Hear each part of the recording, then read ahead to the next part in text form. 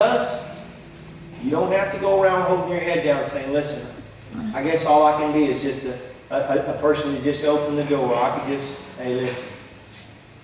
Some of the greatest sinners in the world have become some of the greatest fire and the greatest weapons for Jesus Christ that have ever walked this earth. Paul was a murderer. He was not only murdering people, he was killing God's people. And a third of the New Testament was written by him. And we'll never be able to count all the souls that Paul has got to rack up because of the things he wrote and the things he did. Amen? Amen. As we stand, I said all that to say this. The main thing that God kept pointing out in my life was, you don't have to go that far. You do not have to go and run away from God and find yourself in a pig pen. You adults, I'm telling you, this message was for somebody.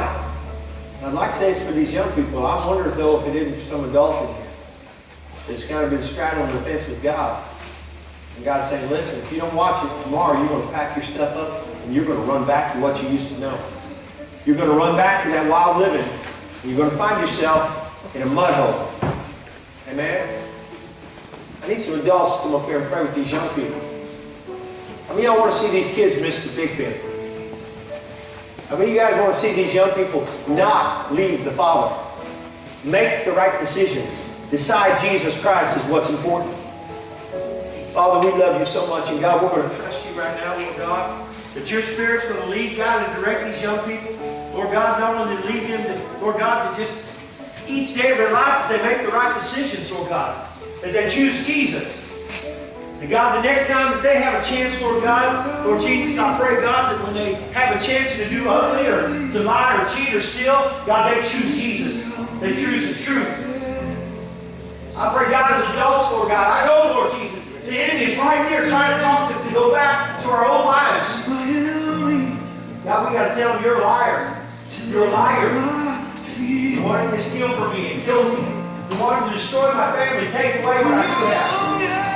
God, I pray, Lord Jesus, help us, Lord Jesus, to look to you, Lord God. I pray, Lord, help her to make right decisions. Help her, Lord God, to make right decisions. Help her to make right decisions. I pray, Lord God, every time you choose Jesus. Every time you choose Jesus. Every time you choose Jesus. There's a way that seems right to us, God, but it leads to destruction. God, let's follow your way. Let's follow Jesus Christ. Let's listen to what he says for our lives. God, I don't want these kids to have to turn around and come back. I want them to stay with you, Lord. I want them to make the right decisions, Lord God. God, I want great and mighty things in their life. To a family.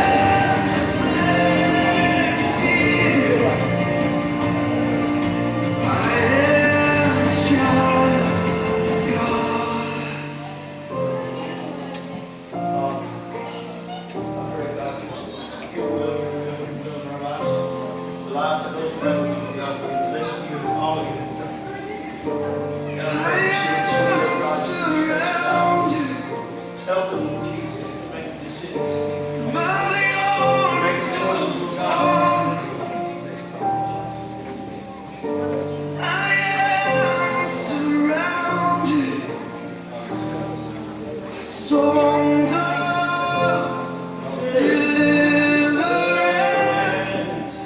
We've been liberated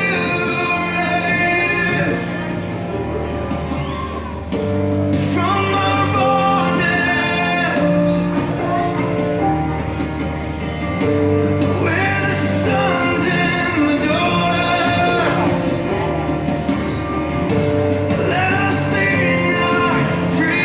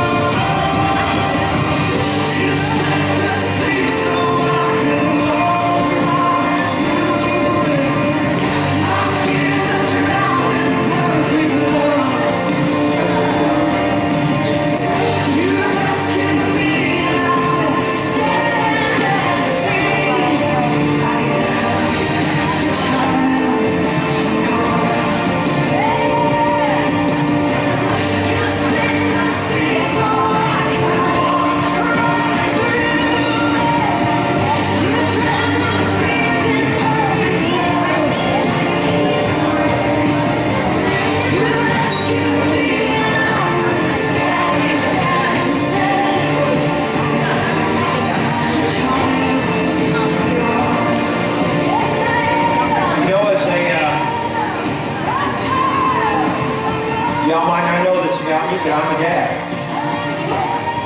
And I'm a granddad. And as a dad and as a granddad,